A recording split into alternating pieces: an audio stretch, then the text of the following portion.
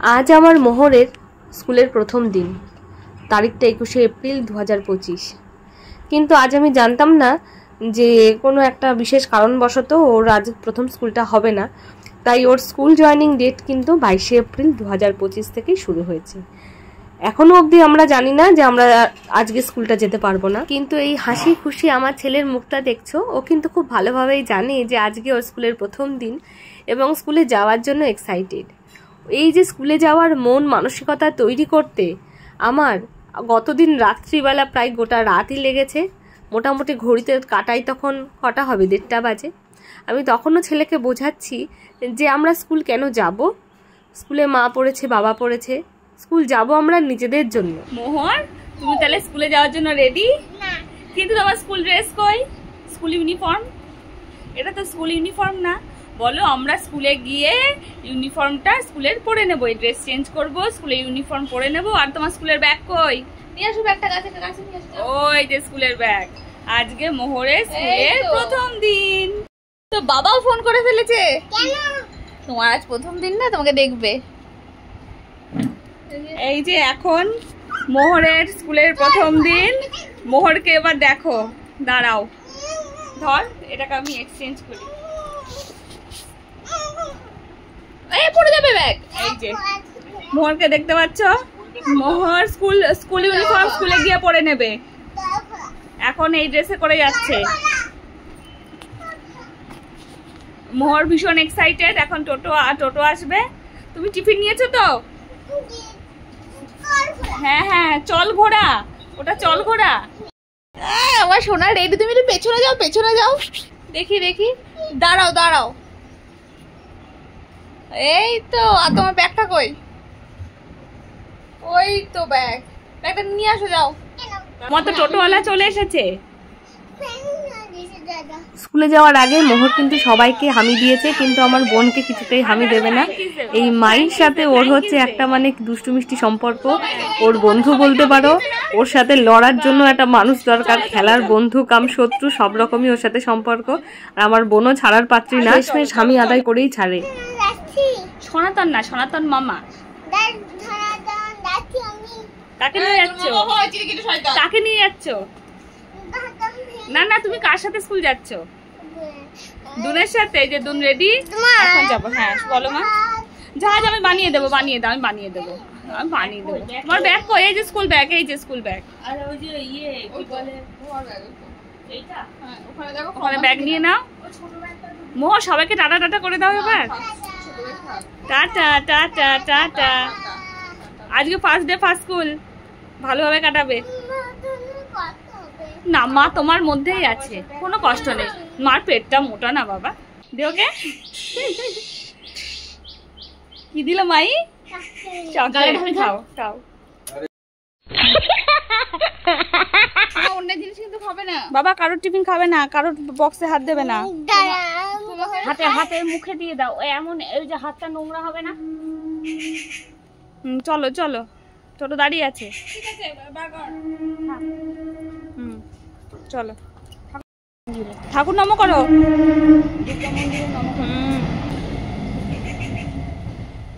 ওর ফোনটা এনো।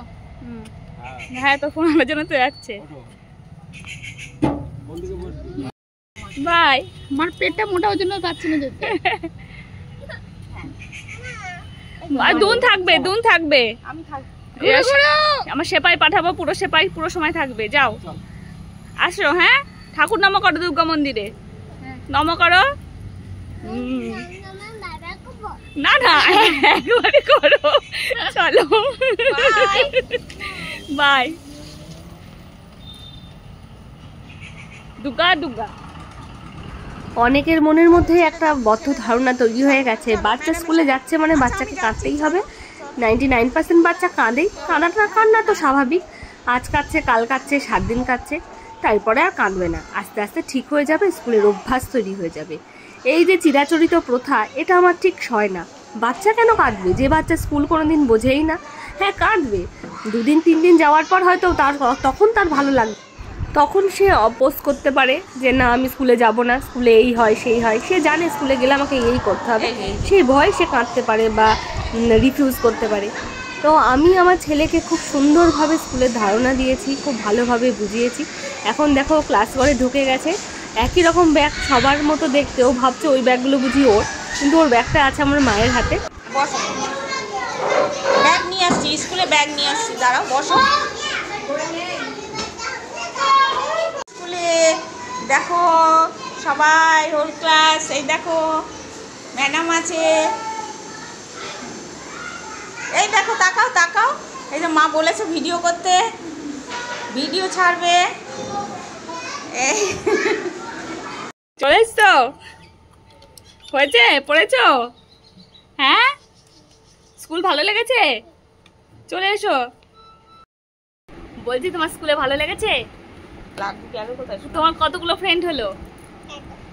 কতগুলো ফ্রেন্ড হলো? আবার কালকে তুমি ইউনিফর্ম এনেছো, স্কুল ড্রেস পরে যাবে তো? আচ্ছা। আমি আমার ছেলের স্কুলের প্রথম দিনটা এইভাবেই কাটুক সেটাই বরাবর দেখতে চেয়েছিলাম। এর পেছনে কিন্তু আমাকে অনেক কসরত করতে হয়েছে, একবারেই আমার এই জার্নিটা সহজ ছিল না মোটেও। আমার ছেলে কখনোই স্কুল যেতে চায় না, তার একটাই কথা, সে যদি স্কুলে যায় তার মাকেও যেতে হবে। আমার ছেলে আমার পেছন ছাড়ে না, আর এটা তো বরাবরই, এটা আমাকে যারা খুব কাছ থেকে চেনে জানে তারাও খুব ভালো করে জানে। কিন্তু আমার ছেলেকে আমি বুঝিয়েছি যে এখন আমার অবস্থাটা সেরকম নেই, আমার পেটটা অনেকটা মোটা হয়েছে ওর বুদ্ধি অনুপাতে, পেটে বেবি আছে, আমি যেতে পারবো না, আমি টোটো গাড়ি চড়তে পারবো না, হ্যাঁ তোমাকে যেতে হবে। শুধু তাই না, আর স্কুল আমরা কেন যাব, স্কুল গেলে কি হয়, পরপর আমাকে ওর অনেক ধারণা দিতে হয়েছে ওর মতন করে, যাতে ওর ওই ছোট্ট মাথায় ব্যাপারগুলো বোঝে যে স্কুল আমরা কারোর জন্য যাই না, স্কুল আমরা নিজেরা নিজেদের দরকারে যাই। আর এই সমস্ত জিনিসগুলোর মাথায় ইনপুট করার পর কিন্তু ও এইভাবে এনজয় করছে, এনজয় করে গেছে। হ্যাঁ, যাওয়ার পর ও স্কুলের যে খাটনিগুলো আস্তে আস্তে শুরু হবে, তাতে ওর স্কুলটা একটু কঠিন মনে হতে পারে, কিন্তু স্কুল যাওয়ার আগে যে বাচ্চারা কাঁদে অসহায়ের মতো, এটা আমি শুধু যে কোনো বাচ্চার কথা বলছি না, আমি আমার নিজের জীবনের কথাগুলো মনে পড়ে, আমার ছোটোবেলাকার কথা আমার এখনও বেশ মনে পড়ে। তখনকার সময় না খাঁচা গাড়ি থাকতো, এখন তো ভ্যান হয়েছে, স্কুল ভ্যান, আরও নানা রকম যানবাহন হয়ে গেছে স্কুলে যাতায়াতের জন্য। তখনকার সময়ে আমাদের কাঁচা রাস্তা ছিল, গ্রামের একটা খাঁচা গাড়ি থাকতো, ওটাকে আমরা খাঁচা গাড়ি বলতাম। সেই গাড়ি করে করে সব বাচ্চাদের তুলে তুলে একটা গ্রাম থেকে নিয়ে সব প্রাইভেট স্কুলগুলোয় নিয়ে যেত।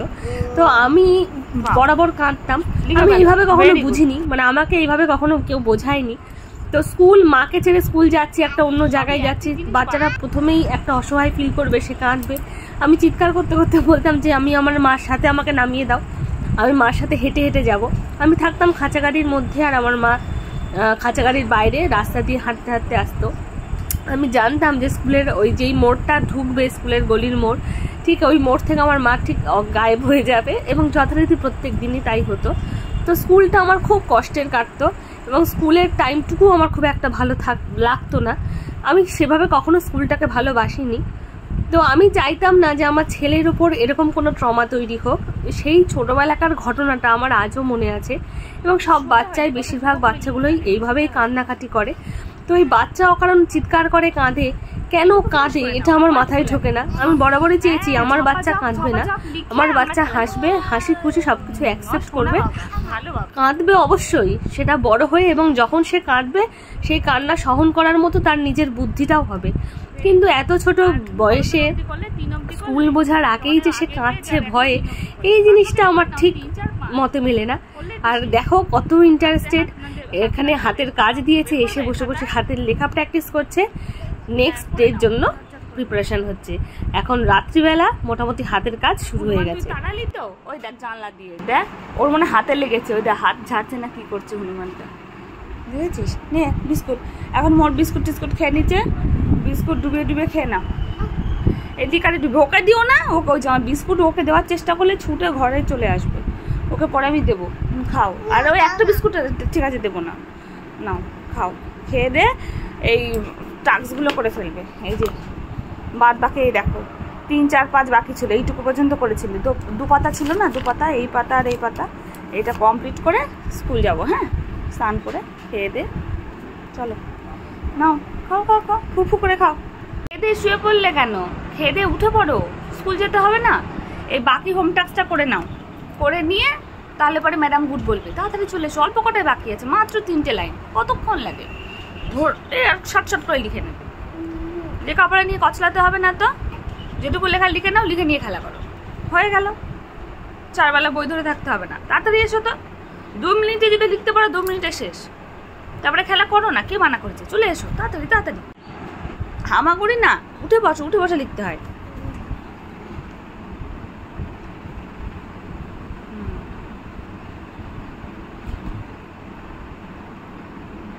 এটা কি লিখছো জানো তো? না আর কি না, বলো ঠিক করে। আচ্ছা লেখো। হ্যাঁ ভেরি গুড। 1 2 3 4 5 অব্দি দিয়েছে, না ঝটপট।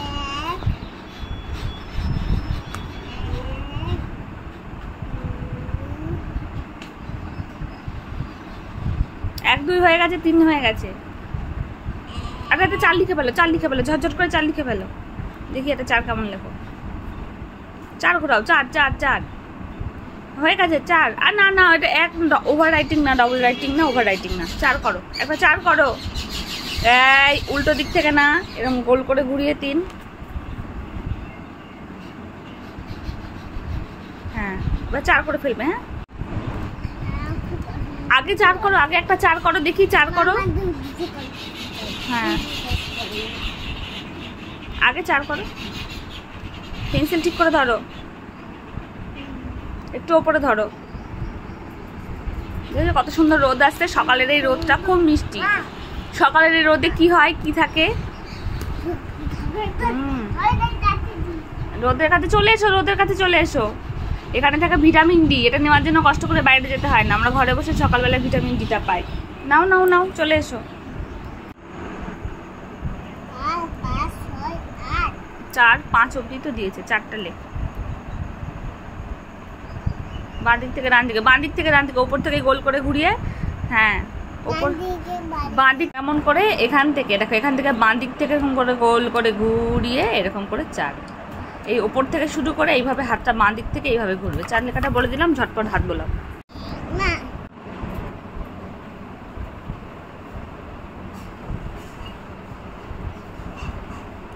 হাত হ্যাঁ হাত ঘোরা ঘোরা ঘোরা, ওপর থেকে ঘোরা, এখান থেকে নিচে নাম, হাত ঘোরাও, গোল গোল করে ঘোরাও একদম দাগের উপর দিয়ে। হ্যাঁ হ্যাঁ ওটাকে এসের মতো নামাও, নামাও নিচে, ওই দাগটাকে ধরো। এই ওখানে না, এই যে এরকম করে, এরকম করে এখান থেকে এরকম নামবে, এসের মতন, সাপের মতন বেঁকে নামবে। নামাও। হ্যাঁ নামাও, নিচের গোল ধরে আবার উপরে তোলো। Very good, very good and very nice. ওপরে এখানে আটকে গেলে কেন? ওপরে এরকম করে গোল হয়ে জুড়বে তো। হ্যাঁ ব্যাস, তাহলে বুঝতে পারলে কোনখান থেকে শুরু করব। এইখান থেকে শুরু করব করে এরকম করে সাপের মতো গোল করে ডিজাইন দিয়ে এরকম গোল করে তুলে এরকম করে আটকে দেবো। নাও নাও, হয়ে গেছে। পরেরটা নেক্সট, এই 4 করো। নাও এবার দুধ খাও। তোমার শুধু হাজারো প্রশ্ন, বলো। এটা হচ্ছে কাউ মিল্ক। হ্যাঁ ঠিকই খেতে, এখানে মোষ পাওয়া যায় না। আমাদের রাধামা বাফেলো মিল্ক দিত, এটা কাউ মিল্ক। বাফেলো মিল্কটা অনেক মোটা হয়, ওর মধ্যে একটু জলমল মেশালেও বোঝা যায় না। এটা ভালো খাঁটি গরুর দুধ। খেয়ে নাও, খেয়ে আবার লেখা শুরু করবে। হ্যাঁ আর যেখানে যাও না রে ভাই সপ্তসাগর পার, কাতু কুতু বুড়োর কাছে যেও না খবরদার। সর্বনেশে বৃদ্ধ সে ভাই, যেও না তার বাড়ি। কাতু কেন শোনো, কাতু কুতুর কুলপি খেয়ে ছিড়বে পেটের নাড়ি। কুতু কুতু দেবে, কুলপি দেবে, কোথায় বাড়ি কেউ জানে না, কোন সড়কের মোড়ে। একলা পেলে জোর করে ভাই গল্প শোনাই পড়ে।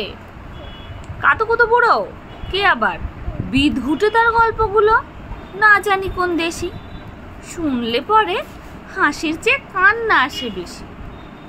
চলে এসো, নাহলে কাতুকুতু বুড়ো কিন্তু এরকম কাতুকুতু দিয়ে তুলে দেবে, ঠ্যাংরা মতো আঙুল দিয়ে, খোঁচায় পাজর হারে। কাতুকুতু দেবে যতক্ষণ না হাসবে, তোমার কিচ্ছুতে নেই ছুটি, হাসতেই হবে। সেই জন্য চলে এসো, কাম কাম। কাতুকুতু বুড়ো ডাকবো? ডাকবো নাকি? ধরবে নাকি ঠ্যাং দুটা? চলে এসো।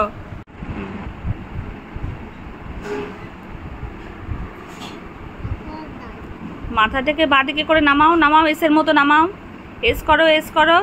হ্যাঁ, নিচে নামিয়ে গোল করো। হ্যাঁ, ভেরি গুড, ভেরি নাইস। না থামছো কেন? এখান থেকে ওপরে তোলো, এখান থেকে ওপরে তুলে গোল করে মেশাও। হাত ওপরে তোলো। হ্যাঁ, এখান থেকে গোল করো, গোল করো, গোল করে এসের মতো আবার বাকি ওপরে নিয়ে যাও, বাকি ওপরে ওপরে ওপরে টান।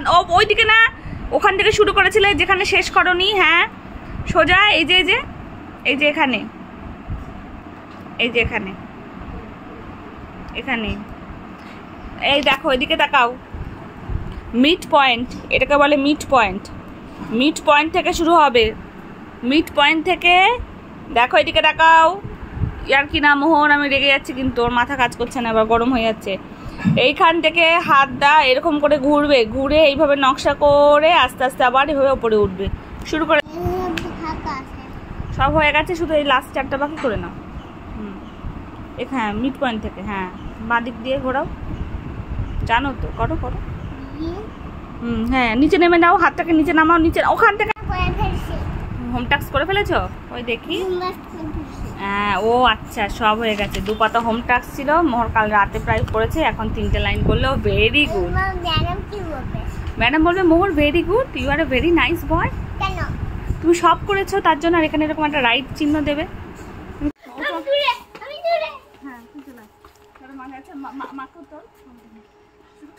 বাবা স্কুলে যাচ্ছে না, জল আর টিফিন বক্সে হাত দেবে না। তোমার হাতে লাড্ডু দিয়ে দিয়েছি, রেখে দে তো। আর টিফিন আছে, দুনকে বলবে, দুন টিফিন দেবে। নাও, কাঁধে নিয়ে চলে যাও। কারোর জিনিসে হাত দেবে না, কারোর টিফিনে হাত দেবে না, দুষ্টুমি করবে না। এটা কখন খাবে? এটা স্কুলে গিয়ে টিফিন আওয়ার্সে খাবে। তাহলে যে টিফিন কোটোর মধ্যে দিয়ে, তাহলে টোটোতে বসিয়ে নাও, দেরি হয়ে যাচ্ছে, টোটোতে দিয়ে দাও। যাও যাও যাও যাও, বাই। চলো।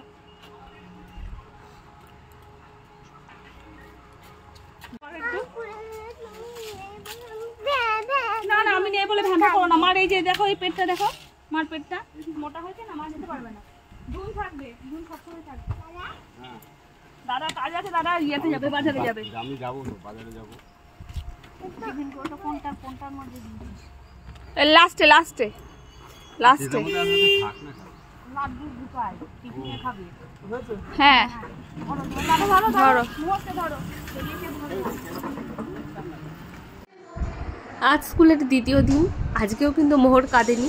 এটা আমার নিজের কাছে চ্যালেঞ্জ ছিল যে আমার ছেলে স্কুলে গেলে কাঁদবে না।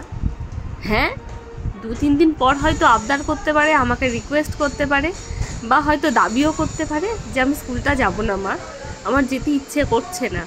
কিন্তু স্কুল নাম শুনে যে ভয়ঙ্কর কান্নাকাটি করে বাচ্চারা, যেটা আমার একটুও সহ্য হয় না। এবং আমার বাচ্চাদের কান্নাকাটি ব্যাপারটাই আমার ভালো লাগে না। আমি চাই না আমার ছেলে কষ্ট পাক। কেন কষ্ট পাবে? এই পৃথিবীতে কষ্ট পাওয়ার জন্য সমস্ত উপকরণ আছে। যত মানুষ আস্তে আস্তে উপরে ওঠে, কষ্টের মধ্যে দিয়ে যেতে হয়। কিন্তু কোনো কিছু না জেনেই যে বাচ্চারা কষ্ট পায়, তো সেটা তো ঠিক নয়। তো সেই জন্য বাচ্চাকে কিন্তু খুব ভালোভাবে যদি বোঝানো যায় তাদের মাথা অনুপাতে, তাহলে কিন্তু তারা অনেক কিছুই খুব সহজেই কিন্তু গ্রহণ করতে পারে। আর এখানে আমরা সবাই রাজের একটা নাচের ক্লাস হচ্ছে। ভিডিওটা যথারীতি আমার মাই করছিল, যে মোহন নাচছে। আমি দেখছি একটা সময় দূরে দাঁড়িয়ে থেকে নাচছিল। নাচতে নাচতে মনে হয় খুবই ভালো লেগেছে, দেখলাম দলের ভিড়ে মিশে যাচ্ছে। তাই এই নাচের ক্লিপটা আমি আর বাদ দিলাম না, এটাও সাথে থাকলো। আর মোহরের যখন গল্প বলছি, সাথে সাথে আমার ছেলেবেলার কথাও মনে হচ্ছে। সবার গল্পই যখন বললাম, তখন মোহরের বাবার গল্পটাই বা বাদ যায় কেন? ওর বাবা কিন্তু 1ম দিন 2য় দিন সমানে ফোন করে খোঁজ করে গেছে, ছেলে কি কেঁদেছে, ছেলে কি করছে, ছেলে কি কাঁদছে। তো ওর বাবাকে আমি অনেক আগে থেকেই বলতাম যে আমার ছেলে কাঁদবে না। আমার ছেলে কাঁদবে কেন? আমার ছেলে যাতে না কাঁদে, সে দায়িত্ব আমার। আর সেই দায়িত্ব আমি যথাভাবে পালন করেছি। আর আমি সাথে সাথে এটাও বলতে চাই যে সমস্ত বাবা মাকেই, যে তার সন্তানের যেন তারা বন্ধু হয়ে উঠুক, সন্তানের সাথে থাকুক, ছোট ছোট জিনিসগুলো না তার সন্তানের মাথা অনুপাতে সুন্দরভাবে বোঝাক, যাতে সমস্ত জিনিসই সন্তানরা নিজে থেকেই গ্রহণ করতে পারে। তাদের যেন কষ্ট না হয়, তারা যেন কান্নাকাটি না করে। খুব সাদরেই যেন সব কিছুকে গ্রহণ করে। হ্যাঁ, তবে আমার মার মুখে শুনলাম যে টিফিন আওয়ার্সের পরে মোহর নাকি আমার মাকে বলছে দুন না সরি, মোহর মাকে বলছে না, মা লক্ষ্য করছে যে ও সিঁড়ি বেয়ে নামার চেষ্টা করছে। তো মা বারান্দাতেই ছিল, তো মা তখন দোতলায় বারান্দায়, তো মা তখন ওকে বলছে কী ব্যাপার, তুমি কোথায় যাচ্ছ? ও তখন মাকে জানাচ্ছে যে ওর নাকি আমার কথা খুব মনে পড়ছে, মানে ও মোহরের মায়ের কথা খুব মনে পড়ছে, তাই মোহর সিঁড়ি বেয়ে নিচে নেমে আসতে চাইছে, মার কাছে যাবে। তো মা যখন এসেই আমাকে এটা জানালো, আমি হঠাৎ করে ভাবলাম স্কুলে গেছে, বাচ্চা কাচ্চা আছে, খেলবে, আনন্দ করবে, হঠাৎ করে আমার ছেলের আমার কথা কেন মনে পড়ছে? প্রথম দিন স্কুলের পর, না সরি সেটা প্রথম দিন নয়, দ্বিতীয় দিনে ক্লাসে বসিয়ে এতটাই ক্লাস ওয়ার্ক করিয়েছে যে বেচারার হাতই ব্যথা হয়ে গেছে।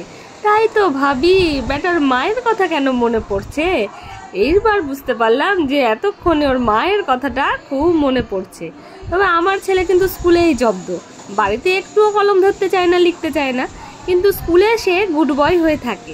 আমি যদি জিজ্ঞাসা করি ম্যাম মিস তোমায় মেরেছে, বলে কেন, আমি তো গুড বয় হয়ে থাকি। কখনো হয়তো হাতে হয়তো চাপড় টাপড় একটুখানি দিয়ে থাকে বাচ্চাদের, কিন্তু মোহর কখনো মারটার খাচ্ছে না। মোহর স্কুলে ভীষণ গুড বয়। তাহলে দুষ্টু মোহর নামে দুষ্টু হতে পারে, স্কুলে কিন্তু মোটেও দুষ্টু নয়। জানি না এরপর আর কি হবে। এরপর তো খুব তাড়াতাড়ি গরমের ছুটিও পড়ে যাবে, বেশ অনেক দিনেরই ছুটি থাকবে। এতগুলো ছুটির দিন কাটানোর পর তখন আবার সেই একই রকমভাবে স্কুলে যাওয়ার জন্য ছেলেকে উদ্বুদ্ধ করতে হবে। তবে কিন্তু একটা জিনিস মানতেই হবে, ছেলে আমার কাঁদেনি। ছেলের আবার কিছু অভিযোগও আছে আমার কাছে। আমাকে বলছে মা স্কুলে না কোনো খেলনা নেই, কোনো কিছু নেই যে খেলবে বলে। তারপর আবার নিজেই বলছে কি আর করা যাবে, স্কুলে গেলে পড়তে লিখতে হবে, গল্প করতে হবে, বন্ধুদের সাথে খেলতে হবে। আসলে এর আগের প্লে স্কুলগুলোয় ওকে আমি একটুখানি দেখিয়েছিলাম যে দূর থেকে যে কত রকম খেলনাপাতি থাকে। একবার রিকোয়েস্ট করে আমি ধারোয়ারে থাকতে ওকে স্কুলের ভেতরেও নিয়ে গিয়েছিলাম যে নানা রকম খেলনাপাতি থাকবে প্লে স্কুলে, তখন ঠিক করেছিলাম যে ভর্তি করব, পরে আর করে ওঠা হয়নি। তো তখনও দেখেছিল নানা রকম টাট্টু ঘোড়া, তারপরে স্লিপ, এই সমস্ত অনেক কিছুই থাকে। আর আরও কি আছে আমি জানি না, আমাকে অ্যালাউ করেনি। তবে মোহরের সেই যে একটা বদ্ধ ধারণা যে স্কুল মানে এই জিনিসগুলো থাকবে, তো সেটা তার ভেঙেছে। তবে তার দুঃখ কিছু নেই, পরিস্থিতিতে ও যথেষ্ট ভালো মানিয়ে নিতে পারে, তাই আমাকে বলছে কি আর করা যাবে। আর দেখো কত সুন্দর নাচতে নাচতে এখন ভেতরে ঢুকে গেছে। মনে হয় আমরা সবাই রাজা এই গানটা ওর ভীষণ পছন্দ হয়েছে। এই গানের মধ্যে দিয়ে আজকে আমার গল্পটা শেষ করলাম। আর যদি ভিডিওটা ভালো লেগে থাকে তাহলে প্লিজ একটা লাইক করো, শেয়ার করো, আর অবশ্যই নিজেদের মতামত জানাতে কিন্তু ভুলো না। আজ তবে চলি।